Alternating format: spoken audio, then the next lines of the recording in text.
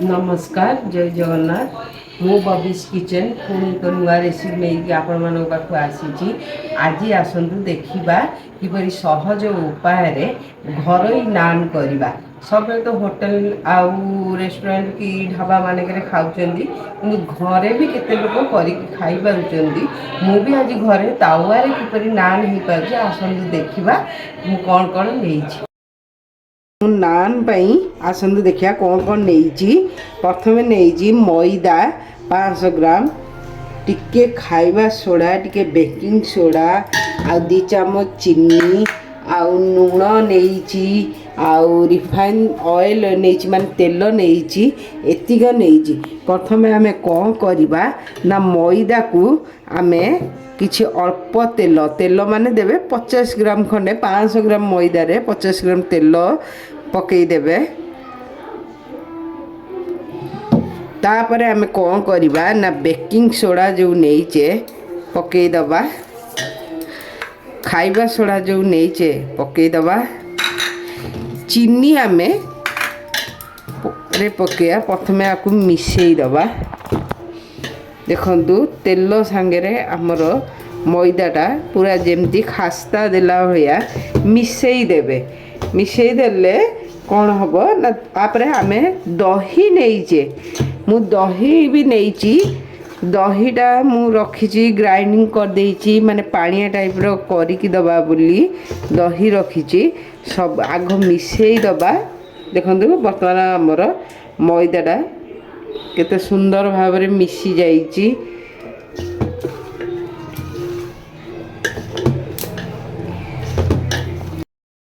बर्तमान मुझे कहली दहीटा माने पूरा फ्रेश दही मुझे कौन कली ना मुंडा टाइप थिला मुझे ग्राइंडिंग करी पानिया टाइप कर देइची तापर आग दही नबा मु देखंतु मु गोटे टाटिया दही नहीं दही देर आप कौन करेंगे ना चीनी जो 2 चामच नहीं फेंटी देवे तापर लूण नबा आम देखो मु लूण नहीं गोटे चामच आ टिके जस्ट एमती पकईदे ताकू आम प्रथमे फेंटी दबा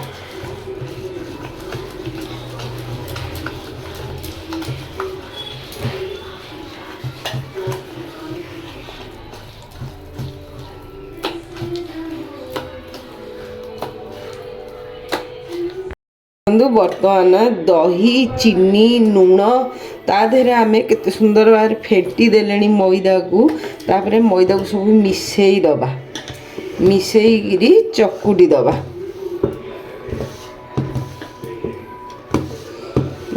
केते सुंदर मिसी गलानी तापर आम कला जीरा आपण पकई पारती कि न पारती से किसी जरूरी नुहे माने तुम पकाओ बोली मु इच्छा करछि टिके नागुर पकई दबा जस्ट खाली टिके ये पाई कि बास सेतिकी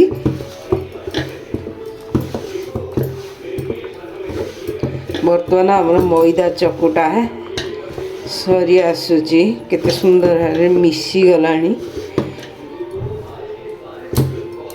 आमर मैदा चकुटा हो गला तापर तेल नहीं जिबे किछि अल्प नेबे अल्प तेल नहीं आपण एमती करदेबे मैदा उपरे आ तले भी एमती करदेबे करी घोड़े आपण रखिदेबे अध घंटे कि घंटे आपण आकु घोड़े रखिदबा तापर आमे नान करिया देखते आम मैदा चकटा सफ्ट होइची एमती आपण चकुटिबे टिके अधिका चकुटिबे कारण मैदा अटा टिके अधिका चकुटिले टिके सफ्ट लगे हाथ को आ रुटी फुले मैदा फुले अटाटा भी फुलवा को दिए यही टाइप आपण करेंगे बर्तमान आमर चकुटा सरी घंटाए खंडे घोड़े ओदा कना दे रखीदबा तापर नान करवा तावारे देखंतु बर्तमान आमर जो मैदा दही चीनी लूण सब चकटा है नान पाई प्रिपेयर करी बर्तमान आमर हो जाते सुंदर है सॉफ्ट भी है आसतु गुला करवा तापर चकुटी गुला करी नान करवा ମୁଁ ନାନ୍ର ସବୁ ଗୁଲା କରିଦେଲି। ଆଉ ବର୍ତ୍ତମାନ ଆମେ ବେଲିବା। ମୁଁ ସ୍ଲାବ୍ ଉପରେ ବେଲୁଛି କାରଣ ମୋର ଯେଉଁ ବେଲଣା ପେଡ଼ିରେ ନାନ୍ ଟିକେ ଜେଗା ହୁଏ। ମୁଁ ଏଇଠି ବେଲି ଦେଉଛି। ଦେଖନ୍ତୁ କେତେ ସୁନ୍ଦର ଅଳ୍ପ ମଇଦା ଲଗେଇକି ଆପଣ ନାନ୍ ବେଲିବେ।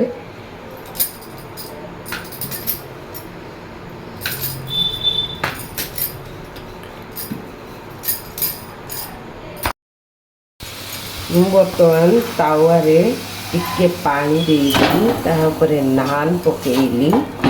ଦେଖନ୍ତୁ ମୋ ନାନ୍ କେତେ ସୁନ୍ଦର ହେଇଛି, ସଫ୍ଟ ଭଳିଆ।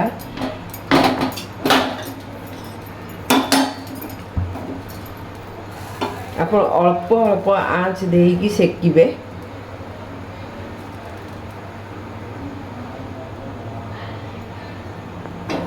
ନାନ୍ କେତେ ସୁନ୍ଦର ଫୁଲିଲାଣି ଦେଖନ୍ତୁ।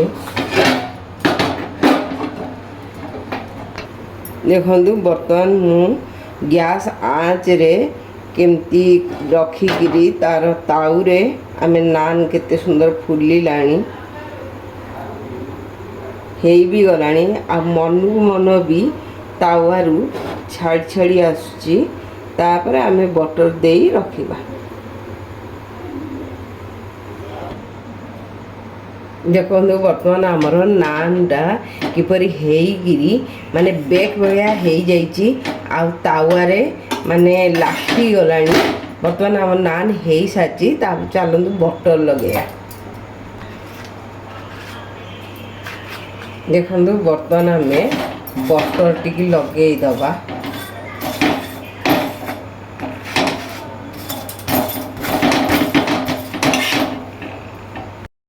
ଦେଖନ୍ତୁ ବର୍ତ୍ତମାନ ଆମର ନାନ୍ ହେଇସାରିଛି। ମୁଁ ତ କଲି, ଆପଣ ନିଶ୍ଚିନ୍ତ କରିବେ। ଆଉ ମୋତେ ଲାଇକ୍ ସେୟାର ସବସ୍କ୍ରାଇବ୍ ନିଶ୍ଚିନ୍ତ ଭାବେ କରିବେ। କମେଣ୍ଟରେ ଲେଖିବେ କିପରି ହେଲା, କେମିତି ଲାଗିଲା। ଆଉ ନିଶ୍ଚିନ୍ତ ଖାଇବେ, ଖୁଆଇବେ। ତାପରେ ମୋତେ କମେଣ୍ଟ କରିବେ। ମୁଁ ଏଇ ନାନ୍ ରେସିପିରେ ଏଇଠି ରହୁଛି। ପୁଣି ଦେଖା ହେବ ପୁଣି ଗୋଟିଏ ନୂଆ ରେସିପି ସହିତ। ନମସ୍କାର।